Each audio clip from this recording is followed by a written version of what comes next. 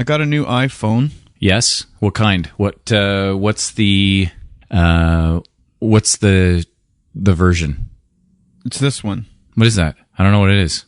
That's what it is. This is the new one, see? Yeah, I know. But what is it? Like 8, 10, X, like, Z, whatever it is. I don't know. It's like how are you supposed to know by like this black thing? Like what right. is that? This is the new one right here. Yes. Yeah, that's it. That's all you need to know. No, it's the, and if I'm saying it right, it's the 10R. Oh, I don't know. I have a 6S, so I don't know. I have no idea. That's what I did have. And I will tell you that the difference between having a new one and like the 6, which is, I had the exact same one as you. We were over the last 6 months to a year because of how bad the battery is on that damn thing. It's horrible. We were like collecting like power battery. This is the Powerade, these bricks that you can buy and then you can charge on the go. And I think we bought like 2 of these. Actually 3. I had a third one from like a couple years ago. I bought all these charging cords. Like it was amazing just how we would invested almost in being able to ensure that I had battery power on my phone. Now, since I got this phone, I hardly even have to think about the battery. So that alone has been amazing. I've heard that it's good.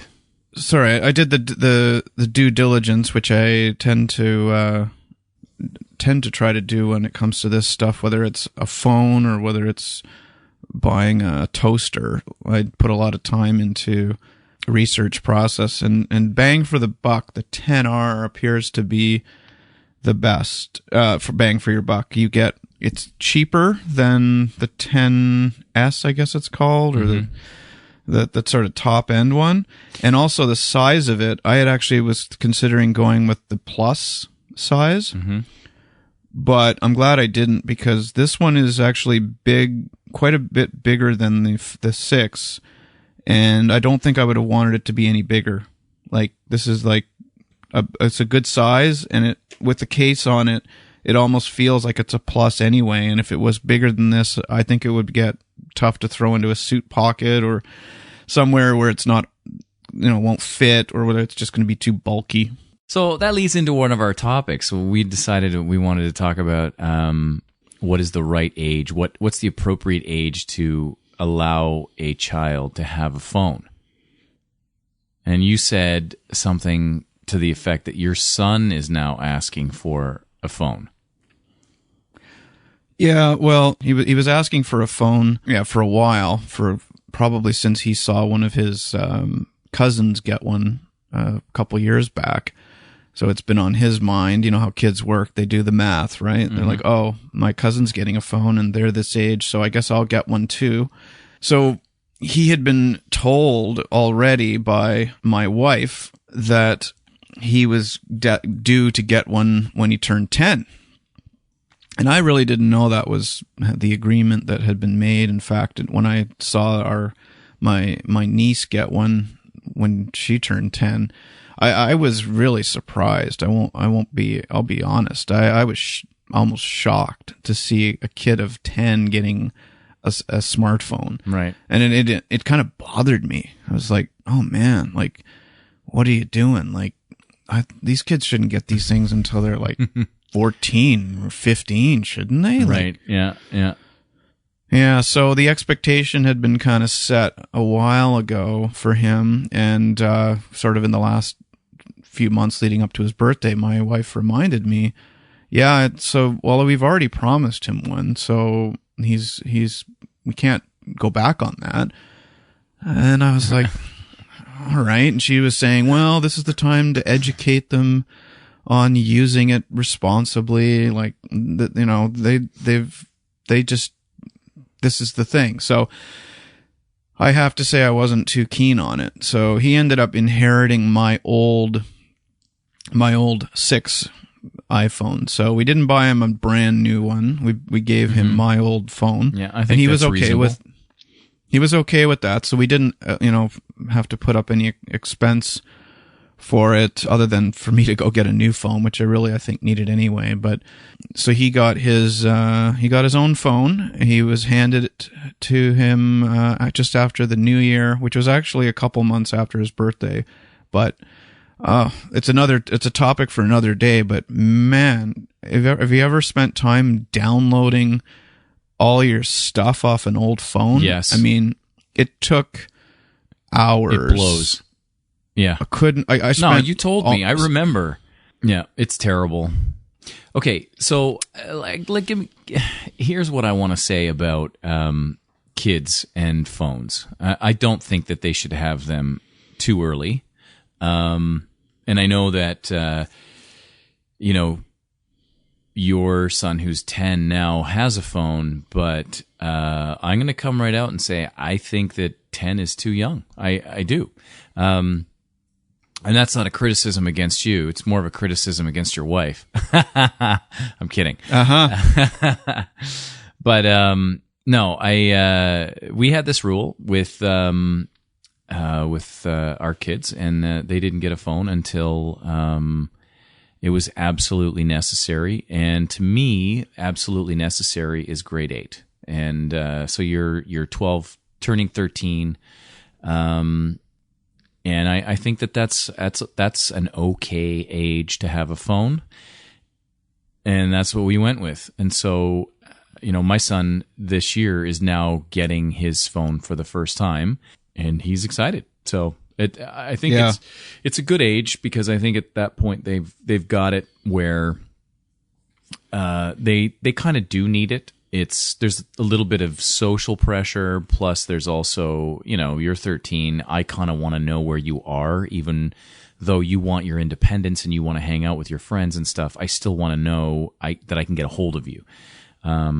So now we do have a younger son, and that younger son also has a phone. But the reason why he has a phone is because he has to leave for school in the morning by himself, and also come home by himself. The school is literally, you walk out of our front door, down a street, and across a field, and the school's right there. Like, it's literally a 5-minute walk, literally.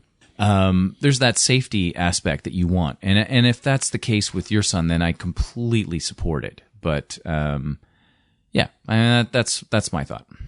Yeah, I think it's a factor here, because it kind of goes back to one of the things I was thinking of. Is it really about the age of the kid, or is it about the circumstances? Completely the circumstances. Yeah. So for you, would you backtrack then on your statement about 10 being too young if the circumstances were the right circumstances? Yes, I would, for sure. Yeah, circumstance dictates everything in almost every situation, right? Yeah. Yeah. And our kids normally I walk them to the bus stop, which is about 5 minutes from our house. But when they take the late bus home, the stop is considerably farther. It's about a 15-minute walk, and it's usually in the dark at night, because it gets dark at like 10 to 5 right now, the sunset. So around 6, sometimes they're coming back. We try to meet them whenever we can. So, look, could they survive without the phone? Absolutely. Mm-hmm. There is that social peer pressure thing, which is that at 10 though? Like, I don't know. Is your son getting that, or? Yeah, I was going to ask you, was your son getting it? And I would imagine at 8, not at grade 10. 8. No, not at 10.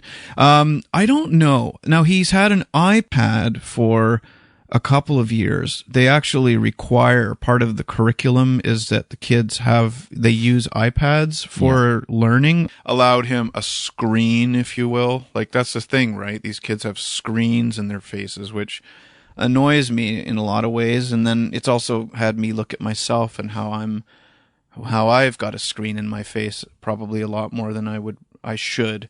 All the time. Smartphones have become, like, I get critical of it, and then I have to stop and think, well, wait, okay, what do you use your smartphone for? It's not just for texting anymore. It's for things like maps, looking up a place, how to get somewhere. It's for calendar. It's for going on the internet and researching something. Yes, there's games on it. Yeah, it's also for looking up inappropriate things when you're on the toilet. And but it's a lot. I mean, it's things like, don't forget to take your pill. It's a stopwatch. It's a clock. It's a clock, right? It's absolutely. Like, what time is it? It's my alarm. What time is it? Oh, Yep. There's a new notification. Let's see what it says. So it's like, that's the problem. And there's actually, I was reading a great book by a guy named Cal Newport. He wrote a book he's written a few, but one called Deep Work, which I'm such a fan of. You've mentioned this before, yeah. And he said it's $1 billion industry, how to get people to pick up their phone and go inside an app or draw their attention to something on Facebook. It's $1 billion industry. The science that goes behind, the behavioral science, the psychology of getting someone to look at their phone, that is the goal of every app maker. Oh, social media is absolutely. How do I make this app pretty and enticing to open so that advertisers can get this guy's attention? Yep. And I was thinking about this the other day. I was actually at my computer, and I do this every single day, Clark. I sit at my computer, and I have a docking station for my computer, and I have two screens, one on the left, one on the right. And I mean, I can drag stuff in between, and it's perfect because of the job that I have. I need two screens. I need to see multiple screens open all at the same time. So, but the weird thing is, one of the things that's almost always open is my email on one screen. And occasionally I will pick up my phone and click on my email. I don't even know what that's about. Like, why do I do that? Yeah. Right? But it's that habit. It's that need to pick up your phone. Yeah. And I recently just got rid of a bunch of different apps on my phone that I found that I was checking too much and I don't need anymore. Yeah. And like what? Well, I got rid of Facebook. I got rid of Twitter. And I thought, you know what? I don't need these anymore. I don't need to be a part of this that platform, that whole, social media arena. I am still. I have other ones, but and specifically LinkedIn, but mostly because it's a business app for me. Like, it's an important app for me to have. So, but it's the idea that I have a computer with two screens and I'm still checking my phone. I could just click on a computer that's right in front of me with two giant screens that are way bigger than my phone, and yet I still have this habitual need to pick up my phone and just check it. I don't know. Maybe I missed something, right? FOMO. So, yeah. FOMO. You know what it means, right? No. What does it mean? Oh, FOMO stands for fear of missing out. Ah, that's what it is. Yes. Yep. So, anyway. It's a current plague, the FOMO effect. It's exactly what it boils down to, is people's fear they're missing out on something. And again, that's what the app makers and these behavioral scientists are all, that's all part of the big equation, is what is, how to make this person feel like they're missing out if they don't do this behavior, this thing they want you to do. Right. Okay. And so how do we teach our kids as they enter this age? Like, how do you teach your 10-year-old or your 12-year-old or your 13-year-old or your 15-year-old not to partake in that? I don't know that it's even possible. I think that the whole idea of having a phone eventually sucks you into that. Yeah. So, and then we were talking about the maturity level of each individual child. Like, every kid is going to be different. Every kid, maybe the situation dictates that they have a phone, but maybe the maturity level is going to make having the phone problematic. Yeah. What do you do? That's a bit of a, Yeah. Well, it's like a double-edged sword. That's why I wanted to make sure we talked about the ground rules, is, what I know that you have talked to me before, you have ground rules around the phone. Certainly with your daughter. This was a couple years ago, I think you first mentioned it. You have ground rules, right? We do. Yeah, we have ground rules for all electronics. And all electronics have to remain on the main floor and either in the living room, the kitchen, or the dining room. So somewhere where there's lots of traffic, right? And part of that is because we want to make sure that, I mean, in this day and age, a lot of homework revolves around technology, having a laptop, having an iPad, having notes that you took on your iPhone or something like that. Yep. Or your Samsung or whatever device. So we want to make sure that they're still actually doing their homework and not, surfing the web or, watching a show on Netflix or whatever it is. That's one of the reasons. But the other reason is, for obvious reasons, we don't want them to go down some crazy rabbit trail and find some inappropriate material. And maybe this isn't so much of a concern for women, although I know that women can get on those rabbit trails too. But I think especially that, we've got two boys, and, boys are maybe more apt to sort of like take that rabbit trail down, some inappropriate material, right? And we want to make sure that no technology is allowed upstairs in a private area. And that's one of the main ground rules that we have. The other ground rule that we have, a couple of other ground rules that we have, is that you can't bring cell phones or any technology to the table when we're eating. Not necessary, and you can take a break. Take a break, man. Take a break for half an hour. Yep. Right, while we're eating. Chat. Tell me about your day. All that kind of stuff. And then the third ground rule is there's a buffering period, a time period before you go to bed where you have to put everything down and sort of shut down. So, I mean, science will tell you that you need that period of time to sort of slow down, get that blue light that computers and TV screens and phones emit, get it out of your brain. It's like stop your eyes from looking at it so that you can shut down, allow that serotonin to sort of kick in so you can... Wait, is it serotonin? No. Is that what makes you sleepy? Melatonin makes you sleepy. Melatonin, sorry, yeah. So allow the melatonin to sort of kick in and go to sleep. And I can tell you right now, for a fact, I've watched our kids get on an iPad or be playing video games until like 10 o'clock at night, okay, on a weekend or something like that. And then it's like, okay, boys, maybe we have company over or something like that. And it's like, all right, boys, it's time to go to bed. And then they can't get to sleep. Like they stare at the ceiling and they're like, I can't get to bed. I can't get to sleep. You need that time to wind down. Yeah, so I like all your ground rules. Do you have any more? Or are those kind of the three main ones? Those are the three main ones, for sure. I'm trying to think if there are others. I'm sure there are. What about things like, do your kids get FaceTime calls, like just out of the blue? Like some kid will call like on and try to and FaceTime with like a friend. Like, will a friend call one of your kids and try to FaceTime with them? Yes. Yep. And that's fine. We don't care. If it's random, it's like a phone call. I mean, think about when if you rewound the clock and it's 2:00 in the afternoon on a Sunday and a friend calls, you would answer the phone. It's the exact same way. So if the phone is, if their phone is ringing on that FaceTime ring, and they get up and they check the phone and they're like, oh, it's Johnny or it's whoever.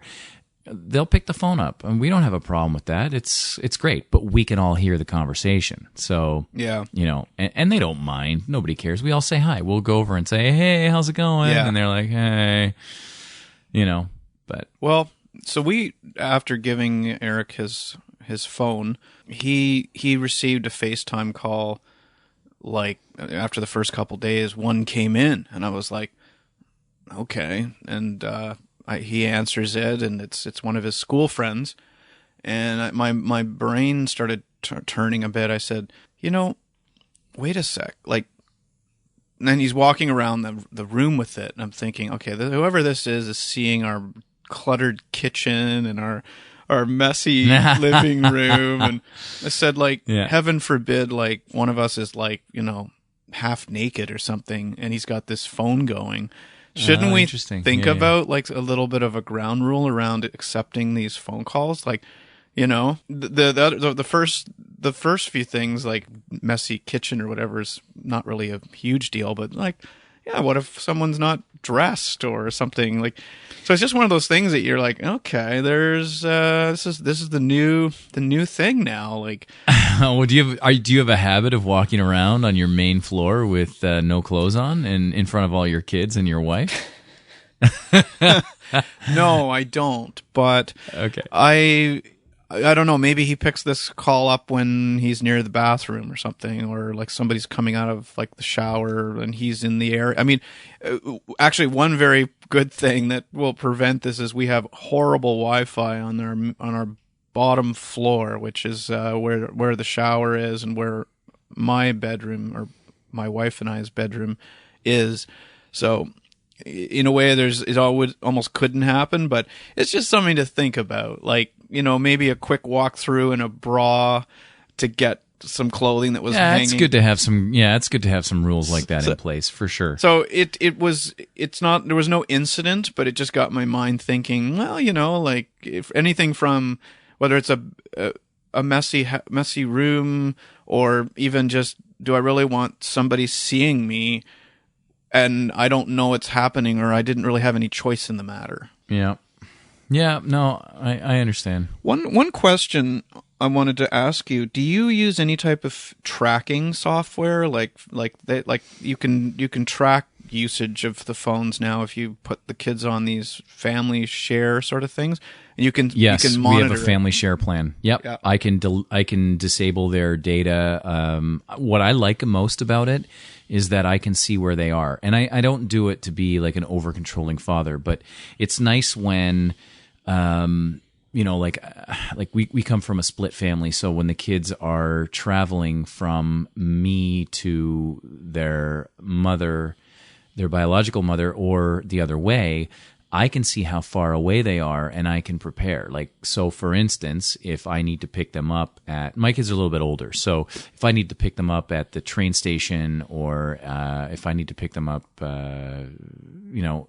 at, my daughter does dance. If I need to pick them up there, or my son who plays hockey at an arena, I can tell how far they are away and I can say, okay, now I need to leave so that I can be there on time. And then the other thing is, too, if I'm worried about them, I can always say, well, I've sent someone a text, but I haven't heard any replies in, like the last half an hour. Maybe I should just find out if everything's okay. Are they, where are they? Yeah. So that's good. I like that. But what I really like the most is that I get these alerts or these notifications. I have set it so that once we have a data plan that has an amount, right, that's shared between all of us. And I have been able to put like a limit on each of us so that when it gets to that spot, say it's 3 gigs or whatever it is, when they get there, I get a notification that says so-and-so has reached 3 gigs of the plan. And what do you want to do? Do you want to shut them down, or do you want to continue? What do you want to do? And then I'll go and see, like, I'll go to that child and say, hey, what are you doing that's using all your data? So it's nice. It's good to have that kind of control. So, question on that, is that control of that? Like, I actually think that's quite interesting about the ability to be alerted about the data. Does that come from the cell phone or the SIM card provider, or does that come from the software? It comes from the data provider. Like in this case, it's Rogers. Yeah. Okay. We used to get them for internet use. Like it would say you're at like 80 gigs or something of your right. 100 gig plan. You're at 70% or 80%. The next time you'll hear from us will be. What are you watching? I've never had that. Yeah. What are you? Netflix. All Netflix. Oh, okay. Yeah. Okay. Well, before we move on, I just wanted to backtrack on one or two things here. Not so much related to the phone usage, but Facebook, Twitter, social media in general. I have followed what you have done as well. I've decided to back out of Facebook, Twitter. I'm not completely exiting it. Twitter, yes. I've never been a Twitter guy, and Twitter's silly. It's silly. Whatever. It's silly, and it's also the source of most negativity, I think, that I get exposed to. So for me, Twitter was I was never really invested in it, and it's another sort of platform that if I'm going to be invested in, it's going to take my time to be. So I said, you know what, I'm out on Twitter. I'm just going to delete it. I didn't delete my account, but I deleted I don't have any of the apps installed on my phone or on my iPad or anywhere. So Twitter's done. Facebook is going to be, it's off my iPad. I don't know if I ever had it actually on my iPad. I think I did, and I deleted it. It's on my phone because I will probably use it to post some stuff. We do use Facebook, given the geographical distance and the time zone difference. It is a way that family does track or keep an eye on what we're up to. Not keep an eye, that sounds bad, but it's a way to keep in touch with family and friends. And one of the things that Cal Newport talks about in his deep workbook is something called the any benefit principle, that so often we just look at things and we say, well, is there any benefit to using it? Because if there is, then I should probably use it, or it's justification for using it. And when I use you that, mentioned that. Yeah, and so he says think about the tools that you are using. And it doesn't necessarily have to just be social media, but social media is a perfect example. Think about the tools that you use. Well, first of all, think about what your goals are and what you're trying to accomplish, whether it's at work or in your personal life. And then look at the tools you use and ask yourself, how does it tie back to that? So if keeping in touch with friends and family is important, and that's your justification for using Facebook, and there's more, and it really has some substance to it, then maybe it's okay to continue using it. But we often fall into that any benefit trap, which is, oh, well, Instagram's a place I could put the odd cool little thing I see in Tokyo, so I can post it to Instagram. Well, okay, is that worth the attention required to go into that app, to post the photo, to then get pulled into other photos and other things like advertising that draw your attention away? Is it worth that? Is it worth it? So for me, I've decided from a business perspective, LinkedIn, I am going to use it as my social media for business, because I look at it as a way to stay in touch. Given that I'm here in here in Tokyo, and I'm away from my old business community, I'm using LinkedIn to keep me in the loop, because LinkedIn is actually not really used that much. I love LinkedIn. Yeah. LinkedIn's not really a big thing in certainly not in Japan, but in Asia in general, I think it's becoming more popular in other parts of Asia. Not in China, not in Japan. So the things I get out of LinkedIn, there's more than one benefit. There is connectivity to my network back home, my business network, so that I've posted a few things in there where I've had comments coming from people back home like, oh, that's an interesting article, or that's a cool event that you attended.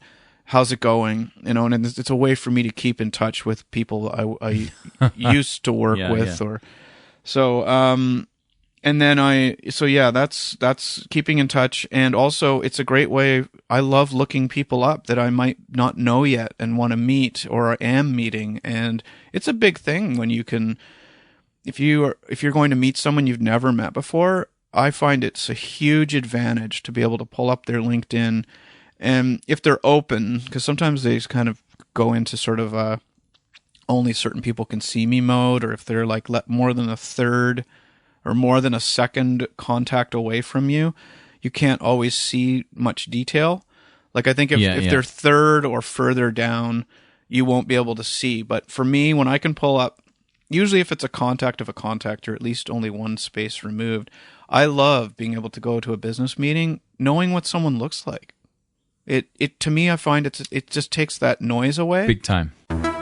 I wanted to get to a couple of items that I thought were pretty funny. Something I came across recently was that Paris Okay, we had the French for some reason have a bunch of weird things. We talked about this before, where they had these what'd you call them, a urinoir? Urinoir. It's like a urinal that's in the middle of a park, so that guys don't urinate on trees or in the bushes. They can actually walk up to this urinal. Okay, so I think that was on our first or second podcast, but they recently just closed a restaurant. It was Paris's first nude restaurant. So, ideally you would walk in, and I don't know if I guess you would probably walk in and disrobe and then sit down and eat. But apparently they closed for lack of business. Now, I can't imagine why you would have no business in a nude restaurant. What do you think? I see your face. You're just about to die. No, I wasn't sure if you had something coming like after that statement, because you said, I can't see any reason why you wouldn't have business in a nude restaurant, I think is what you said. Well, let's talk about the whole idea that, first of all, a lot of people aren't comfortable with nudity in public. I mean, I'm completely comfortable with getting naked in front of my wife. That's a completely different story. She actually encourages that. But, I don't think I'm going to show up to a restaurant with a bunch of strangers and, oh, excuse me, sir, you have to take your clothes off to eat here. Well, that's not, I would think a couple things here. So I would think that you would hope, and it's hard to know without seeing what the restaurant looks like the front of the restaurant or how it presents itself. Like, is it abundantly clear when you look? It's like the menu posted outside, where you're let's look at the menu and decide, do we want to go in here? Is it abundantly clear that this is a nude restaurant, like one where people will be the disrobing? Windows you can see in? Yeah, and like, do you know? And did they say what the name of the restaurant was? Let me see. Hold on, I gotta find the. So while you're looking for that, so my thinking is, if it's not abundantly clear, Au Naturel. Oh, it was called Au Naturel. Oh, that's original. Okay, so the name gives you a sense that there's something up in terms of, that's something that's a potential alert. Okay. Yep. Au Naturel, an interesting name for a restaurant. So then let's assume you go into that restaurant. You're making the choice to go in. And I'd be interested to know how much of the traffic was walk by and how much of it was like, you knew about it going in. I would imagine you probably would have had to make a reservation. I expect that walk by traffic for this place was probably minimal. This was probably pretty weak. A weak showing. Yeah, I think walk by, probably less likely. This would have been premeditated to go to a restaurant such as this. So would you do that on a date? Well, you wouldn't do that on a first date. See, here's what I'm imagining. I'll come back to that in a sec. When you originally said, like, what did you say? You said, can you imagine, like, would you go in a restaurant like this? Or why would or would not a restaurant survive? I mean, do I really want to sit in a restaurant naked and look around and see a bunch of people that are naked while I'm eating? No. I mean, I would think there are like hygienic issues to deal with as well. Yeah. Like, you're sitting on a chair, I'm imagining, right? I'm hoping that the person... cleaned. Yes. Is it a plastic chair that they can spray down afterward? Or is this like a fabric chair that would, house the stink of someone else's body, right? Like, and not everybody's as clean as you and I or, other people, right? So there are people out there that just don't take care of themselves. And on the surface, the appeal of this is zero for me. That's one. Yeah, I'm with you. That's one comment. The other comment is, there is a whole culture around this, as you know. I mean, there are nude beaches, there's nude resorts, and those are the people that it would appeal I think to. so, yeah. And so when you go to places like that, most of the time depends, I guess, but there isn't really a sexual element to it. It's more just about feeling free and liberated and not being judged by. I feel free and liberated when I have no clothes on, but I can almost guarantee you, no matter what, there is a sexual element to it for me. So I don't know. I don't understand that. I don't understand that mentality. But I guess that's just not me. If I showed up and I was at a nude resort of some kind, I don't think, unless it was full of a bunch of terribly unattractive people with horrible, or no, I shouldn't say horrible because that's pretty critical. But bodies that maybe didn't really appeal to me. Unless it was full of those types of people, there would be a sexual element to me. But I think that's the problem For with me. those. Not problem, again, wrong word, but I think a lot of those places, that is what it is. It is it's average people that go to nude beaches. It's a